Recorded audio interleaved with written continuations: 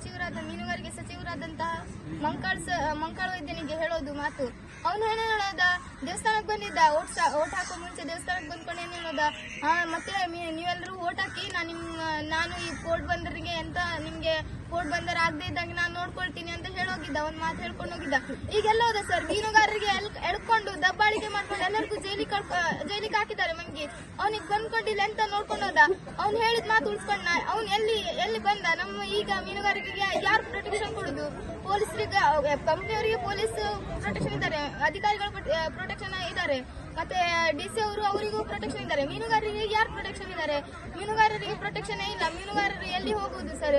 ಮಂಕಾಳು ಇದೆ ಹೌದು. ಇಲ್ಲಾದ್ರೆ ನಮ್ಮನ್ನು ಸಾಯಿಸಿಬಿಡಿ, ನಾವು ಒಂದೇ ಸಲ ಹೋಗ್ತೀವಿ ಸರ್. ಒಬ್ರು ಆ ಕಡೆ ಒಬ್ರು ಈ ಕಡೆ ಎಲ್ಲ ಒಂದ್ ಕಡೆ ದಿಕ್ಕಾಪಾಲ ಆಗೋದ್ಕಿಂತ ಎಲ್ಲರಿಗೂ ಒಂದೇ ಸಲ ದಯಾಮರಣವನ್ನ ಕೊಡಿಸಿ, ನಮ್ಗೆ ರಾಷ್ಟ್ರಪತಿಗಳಿಂದ ದಯಾಮರಣವನ್ನ ಕೊಡಿಸಿ ಅವ್ರು ಹೇಳ್ಕೊಂಡು ಹೋಗುದು. ಮತ್ತೆ ಸರ್ ಎಂತ ಮಾಡಿದ್ರು ಅಂದ್ರೆ, ಅವರು ರಾತ್ರಿ ಬಂದಿದ್ದಾರೆ ಸರ್, ನೈಟ್ ಒಂದು 9:30 ಆಗಿದೆ ಅವ್ರು ಬರುವಾಗ. ಬಂದ್ಕೊಂಡು ಅವ್ರು ಹೇಳ್ತಾ, ಅವ್ರ ಹತ್ರ ಎರಡೇ ಯುದ್ಧ, ಮಹಾಯುದ್ಧ ಅಂದ್ರೆ ಅವ್ರ ಕೈಯಲ್ಲಿರುವಂತ 2 ಶಸ್ತ್ರ ಅಂದ್ರೆ ಒಂದು 140 ಸೆಕ್ಷನ್ ಸರ್, ಮತ್ತೊಂದು 160 ಸರ್. ಇವತ್ತು ಹಾಕಿದ್ದಾರೆ, ಬೆಳಿಗ್ಗೆ 163 ಸೆಕ್ಷನ್ ಆಗಿದ್ದಾರೆ ಅವರು. ಸೆಕ್ಷನ್, ಅವ್ರ ಲಾಠಿ, ಅವ್ರ ಹಗ್ಗ ಎಲ್ಲದು ಅವ್ರ ಯುದ್ಧ ಸರ್. ನಮ್ಗೆ ಎಂತ ಮಾಡ್ಲಿಕ್ಕೆ ಆಗುದಿಲ್ಲ ಸರ್. ಮತ್ತೆ ಈಗ ನಾವು ಇಷ್ಟೊಂದು ಹೋರಾಟ ಮಾಡ್ತಿದ್ದೀವಿ, ಯಾರು ನಮ್ಮ ಊರಿಗೆ ಬಂದು ನಿಮ್ಗೆ ಈ ತರ ಆಗ್ತಿದೆ ಅಂತ ಯಾವ MLA ಅಧಿಕಾರಿ ಬಂದಿದ್ದಾರೆ ಸರ್? ಆದ್ರೆ ಒಂದೇ ಮಾತಾಡುದು, ಮಾಡಿಸ್ತೀನಿ ಅಂತ.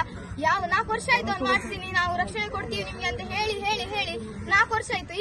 ಈಗ ಮೀನುಗಾರರು ಬೀದಿ ಪಾಲಾಗಿದ್ದಾರೆ. ಇನ್ನೂವರೆಗೂ ಅವನಿಗೆ ಎಚ್ಚರ ಆಗ್ಲಿಲ್ಲ. ಅವನು ಎಲ್ಲಿ ಕೂತಿದಾನೋ ಎಂತ ಏನೋ ಬಂದುಕೊಂಡು ಇಲ್ಲಿ ಒಂದು ನೋಡ್ಕೊಂಡು ಎಂತಾದ್ರು ಹೇಳುವಂದ್ರೆ ಅವನು ಇಲ್ಲ. ಇವತ್ತು ಮೀನುಗಾರರು ಎಲ್ಲರೂ ಹೋದ್ರು, ಅವ್ನು ಯಾವಾಗ ಬರುದು? ಮೀನುಗಾರಿಕೆ ಸಚಿವ ಅಲ್ಲ ಅವನೆಲ್ಲ ಹೋದ?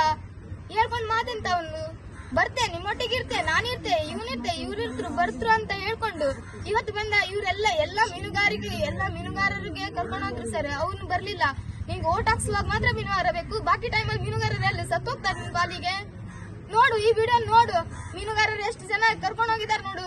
ಅವರೆಲ್ಲ 4 ಗಂಟೆ ಒಳಗಡೆ ಇರ್ಬೇಕು, ಊರಲ್ಲಿ ಸೇರಿಸ್ಬೇಕು.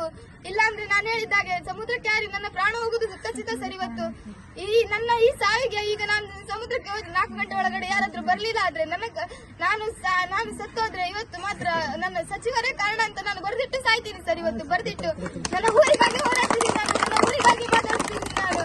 ಯಾವ ಬೇರೆ ಉದ್ದೇಶವೂ ಕೂಡ ಇಲ್ಲ. ನನ್ನ ಯಾರ್ಯಾರು ನಮ್ಮ ಬಂಧು ಮಿತ್ರರು ಮತ್ತೆ ನನ್ನ ಮೀನುಗಾರರಿಗೆ ಯಾರ್ಯಾರಿಗೆ ಕರ್ಕೊಂಡು ಹೋಗಿದ್ರು, ದಯವಿಟ್ಟು ಅವರನ್ನ ನಮ್ಮ ಊರಿಗೆ ಸೇರಿಸಿ ಮತ್ತೆ ನಮ್ಮ ಊರನ್ನ ಉಳಿಸ್ಕೊಡಿ. ದಯವಿಟ್ಟು ಹೇಳುದು ಒಂದೇ, ನಮ್ಮ ಊರನ್ನ ಉಳಿಸ್ಕೊಡಿ.